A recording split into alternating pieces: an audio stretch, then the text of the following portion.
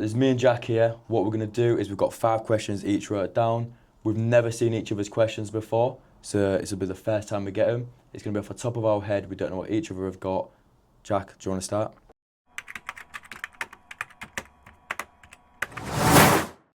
Okay, yeah, so first question. How have you changed in terms of your mindset towards work over the last 12 months? Okay, so after the last 12 months, roughly over 12 months ago would have been when I had my blimp in my career. Since then, I'd say I've massively changed how I not just outlook on work, but life. If we go for work first, I used to, at that point, come to work, do my hours and leave, which was just a negative way to look at things. It affected, obviously, mine and your relationship. It affected relationship outside of work with my parents, with my family and my friends, everything like that. So now I say the outlook that we've got is we work open to go. There might be times where I go home and you call me, or well, you don't ever call me actually, but you'll text me at 10 o'clock at night. We'll reply, we'll have a conversation, perfect, we'll either action it there or the day after. And it's never a negative. I can never go, oh yeah, Jack's texted me, or one of the team have texted me. It's always, oh, I wonder what they've got to say. Mm-hmm. Whereas back then, I know full well there was times where you'd have texted me, I was like, oh, I'll reply tomorrow, which, shouldn't say, but obviously I did.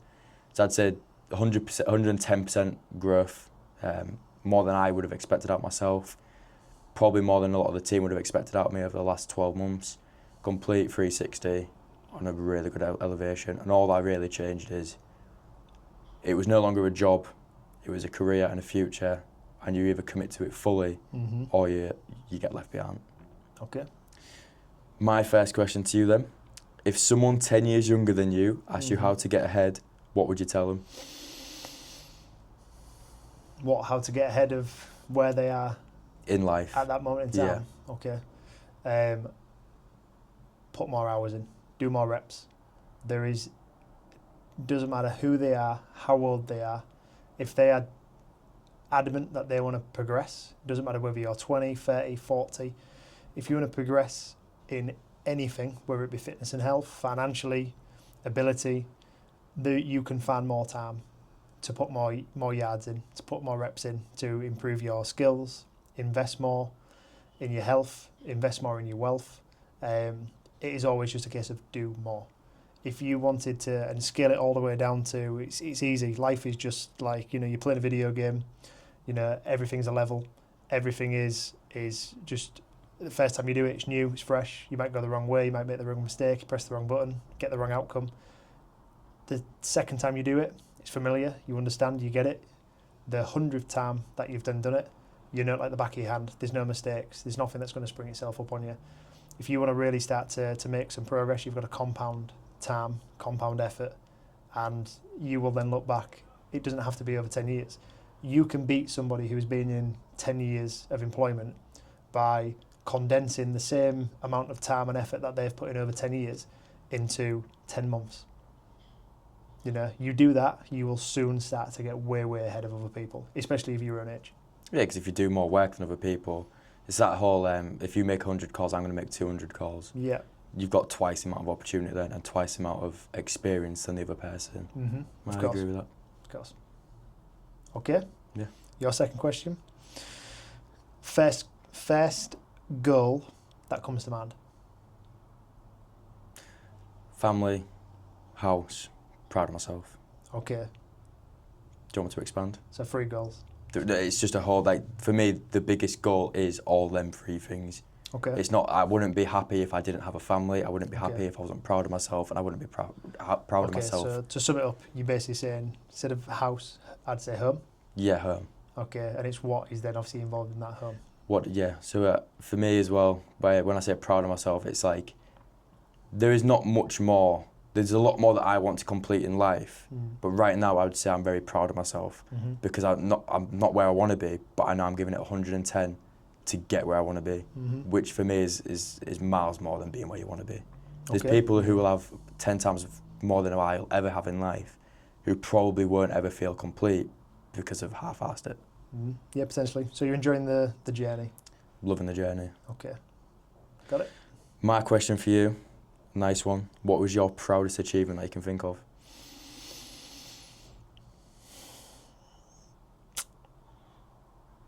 Proudest achievement. Yeah. Not overthinking it. I think the first time that I was able to open up and check my bank and have £100,000 in there was a proud achievement. Not because I'm sat there, you know, being able to go, right, I'm going to go and spend X amount of money of it now and I'm going to get this and get that. It was just a goal that for years eluded me. No matter how much effort, time I spent, you know, you'd almost get there, and then you'd have a VAT bill, you'd almost get there, you'd have a corporation tax bill, you'd almost get there, you'd have another bill. You know, there's dozens of different ones that obviously will spring up on you, or you'd even be getting closer to it. You know, so you could still be miles away from it, but you know, you've got very early on 15, 20 grand, 25 grand. You've seen it compound, it's growing, it's good, and then obviously it gets knocked back a little bit more every 3 months. So, you know, I think hitting that number, it was a pretty magic number for me in terms of like, right, that's something solid, something tangible, and then it's something to also then be built on. And you know, obviously I'm into investing, all that kind of stuff. You know, and there was obviously a quote, you know, a very famous quote, which obviously circulates around, where it's like, you know, the first 100k, and this was said in investing terms, the first 100k is a bitch, but you've just got to get there and then, you know, build upon it. So I just sort of like transferred that into everything. Right, well, how long is it going to take me to earn that and retain it? You know, and that for me, I think, was a pretty proud moment in business, because then it was like, okay, like, you know, I've gone from, you know, growing up on Annaby Road, Boothry Estate, leaving school, no qualifications, you know, dyslexic, all that kind of stuff, everything against you, to then being in a position where it's like, wow, I'm looking at something now where it's tangible, it's substantial, I've earned it. Well done. Yeah, cheers, mate. Thank you. Sure. Okay, next question for you, third one. Obviously, I asked about your goal. You said home. How would that change / improve your day-to-day mentality? Oh, okay, I'll go for the easiest one. So home for me, day to day, I've got to go home and look at my kids. For me, it's if I look at my kid, is that kid going to be proud of me? Because you only get one dad, right? Yeah. So if I go home and I don't believe that my own kid would be proud of me, that would kill me. Mm-hmm. So as much as I'm giving 110 now, I'd be giving 120 when I've got a kid, because I cannot fail my own kid. Okay, so you're kind of going to take what we currently always speak about in terms of social proof. You're going to carry that forward in terms of, okay, I'm going to make sure I have that much social proof when I go home. My kid is going to be like fully aware of who I am, what I do. I want my kid to be that kid that other kids in the playground are going, oh, that's his dad. Do you know about him? Yeah, cool. He's a cool guy, him. Oh yeah, I wouldn't be upset if my kid was not bullied, but picked on for having a successful dad. Okay. My question for you is, and I feel like I don't actually ask you this enough, is where do you want to be in 5 years? This is third question, yeah? Yep. Where do I want to be in 5 years? Okay. I think a few more gyms, a couple more clubs, build the team, have more people involved. That's exciting. I think, you know, you can obviously start to take it in your stride when you start to do these things, and you can do it relatively, not going to say easily, but you know, you can do it because you've done it so many times. 5 years from now, I mean, I'll be 38 in 5 years' time, so rough. So I don't think I'll have matured much, but I'm probably going to say, again, like I'd like to think, obviously at that point I've got the start of a young family. So there'll be a bit of a change, a bit of a dynamic there, something else to obviously like sort of tackle, and obviously look forward to and enjoy. Work in a quicker, more efficient capacity so that I can take more on. So we talk about bandwidth, obviously improve my own ability to improve my bandwidth and my capacity to work more efficiently and harder, get more done. Just progress. Just always make sure that I can take a look back and I can go, right, this has been another year of growth, whether that be physically, whether it be financially, whether it be obviously in terms of like relationships, obviously around work-wise, personal. I like that, because when I asked you that, you didn't go, they want like a specific your goal was to in 5 years be better than what you are, no matter the circumstance. I think, like, you know, for me, I've always like looked around and thought, like, well, no, I've never looked around and thought, who do I want to be? Who would I like to be? It's always a case of, like, I do look back and I go, okay, like, I look around and I go, like, you know, pretty clear, like, I'm a bit of an anomaly here in terms of, you know, I can just decide I'm not going to drink. I know other people can do that, but there's no reason for it. Like, you know, I tell people I don't drink, and it's not because I also follow it by going, I've not got a problem. I'm not an alcoholic. I just choose not to drink. It's not beneficial for me, doesn't do anything for me, doesn't taste very nice. I get nothing from it. I am unbelievably funny anyway without a drink. So, you know. Yet to see that. That was a lie. However, I am totally happy with who I am. So I think to myself, like, you know, the more I can put in, the more yards I can do. You know, I don't conform to reading a book and thinking, oh, this is great, I'm going to try and do it for the next 2 weeks, it's going to change my life. I just do more and more and more of what I do. You know, 4 a.m. ice baths, you know, really aren't for me. You know, I work open to goal, and I've worked open to goal for the longest of time in terms of just putting the effort in building what I've built. I've not had that moment yet where it's like almost seemingly like a lottery win in terms of, you know, you get the right facility in the right place and it just delivers you 5,000 members straight off the bat. So, you know, every one of my clubs has been a grand, it's been worked on, it's been improving systems, it's been getting more in, which obviously I take some pride in. So yeah, for me, it's like, you know, 5 years from now, it's just being able to like look back and go, this is some journey, this. I wish I'm happy now that I've documented it, told people about it, explored it, invited more people in, and, you know, ultimately like look around and go, this is a good circle of like people around me. I enjoy everything. I'll clip this in 5 years then. Okay, yeah, cool. So here we go. It's you. You're fourth? My fourth, yeah. You're fourth, okay, so the first financial figure that comes to mind, why? So just a number financially. 100 grand.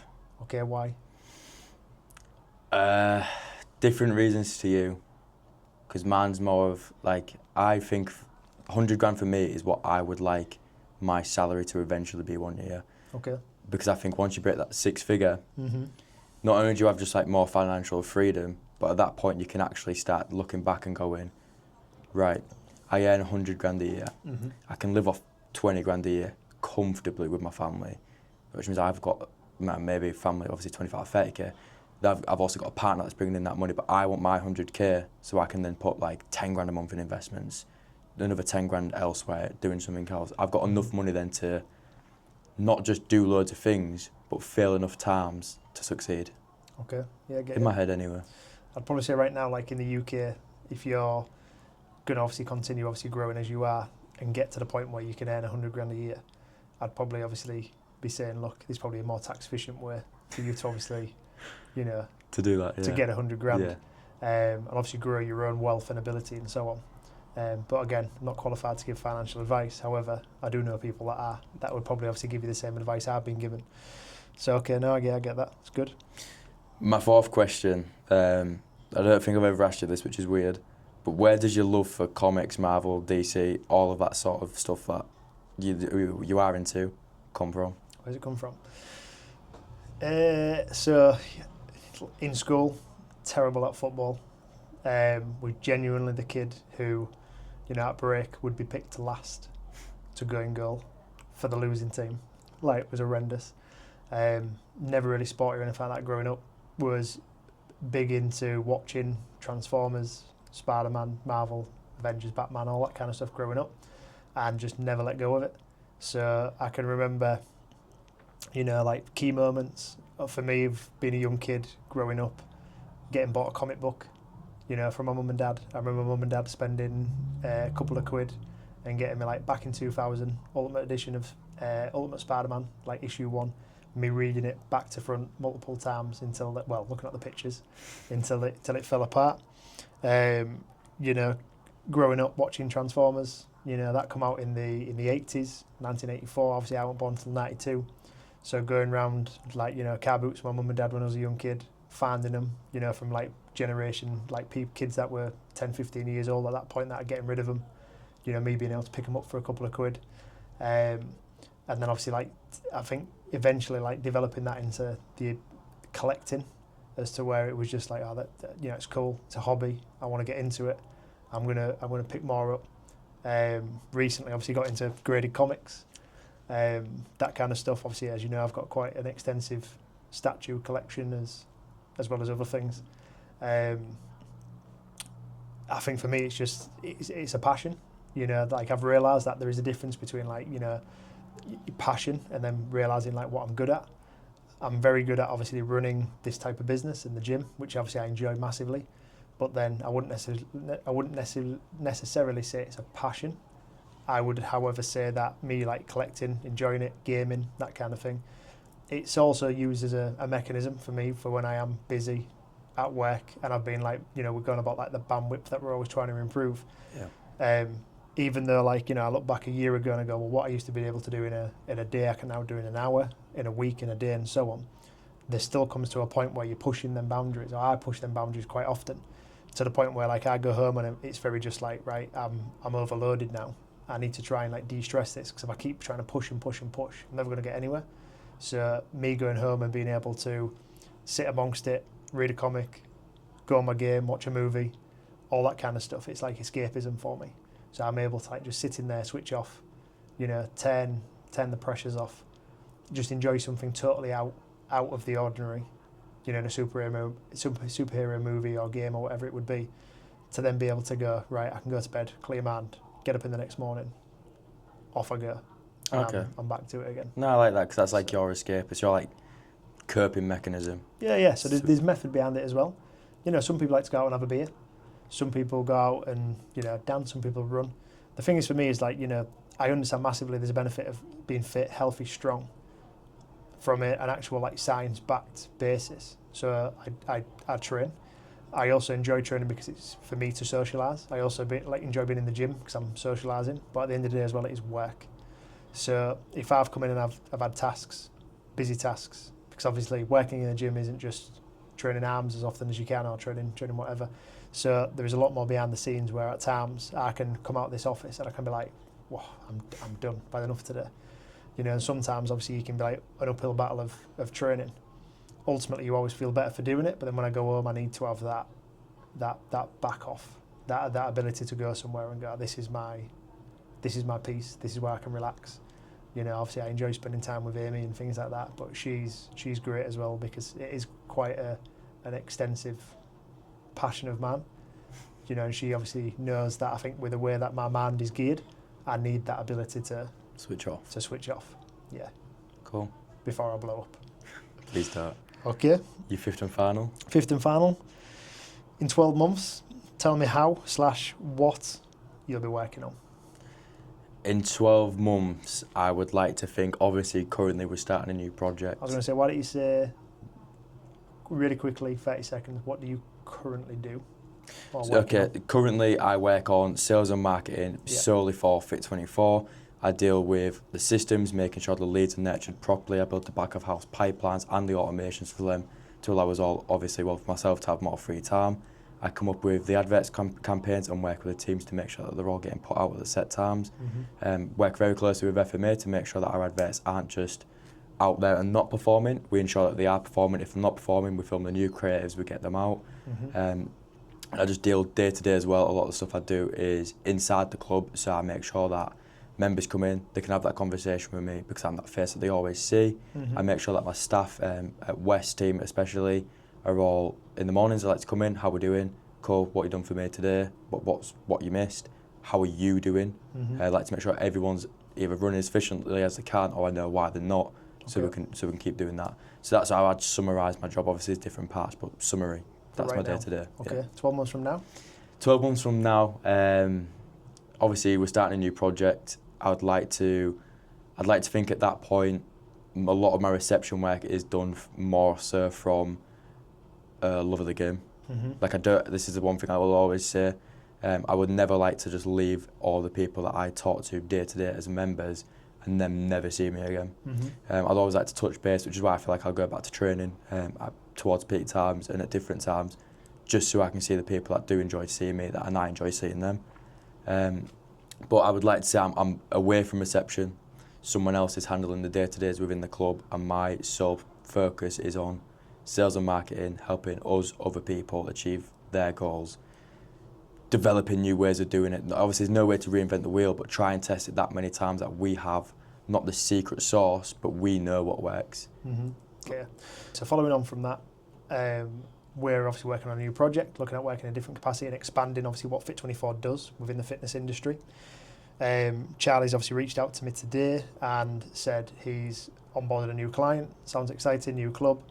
And they've watched the podcast that I did with FMA a couple of weeks ago, resonated massively with it, and want to have a sit down with us in terms of like how we operate and so on.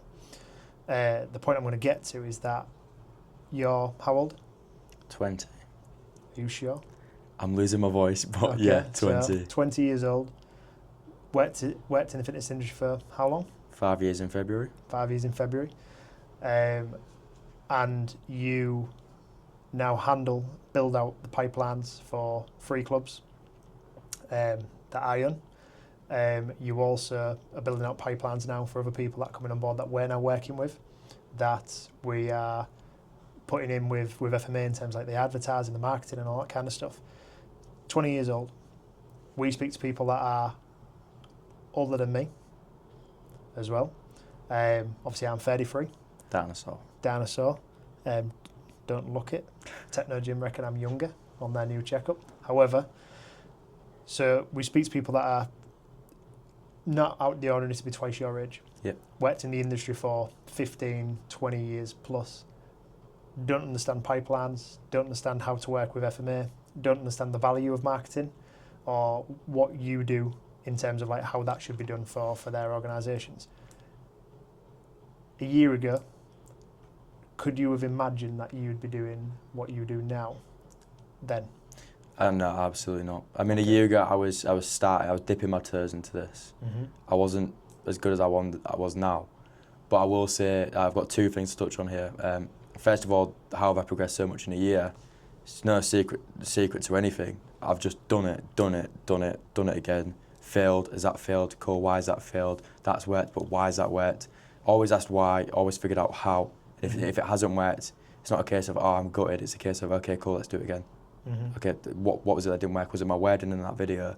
Was it the way this was said? I mean, pipelines in themselves, which leads into my second point. Pipelines in themselves, you look at my pipelines, you're only 10 years older than me, roughly. Mm-hmm. You looked at them and you was like, oh, didn't really understand it.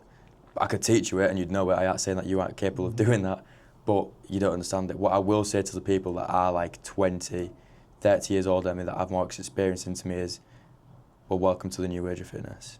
You didn't market 30 years ago, that was fine. 5 years ago you didn't market, cool, don't matter. These days, you have to adapt. Because let's be honest, the fitness fads come thicker and faster now. Mm-hmm. They evolve 10 times quicker because as soon as you have that social following, I mean, mate, there's so many clubs that I'm looking at now that go in like, how have you done that so quickly? And it's not because the clubs are great. And I look at them and go, why are they doing so well? It's because you're that good at social media, you're that good at marketing, you become the place where people want to go because you know about it. So the people that are like a lot older than me, and I know we'll have some conversations with people of like, yeah, but you're younger than me, or you've only been doing this for 5 years, like what do you know that I don't? Is I ain't saying I know more than you about your industry, I say I know more about marketing and how it works because it's my generation. Get it? Good man. My final question to you, it's actually quite a good lead on that, is what is the worst trend in the fitness industry that you've seen and why? Okay. Operationally and user?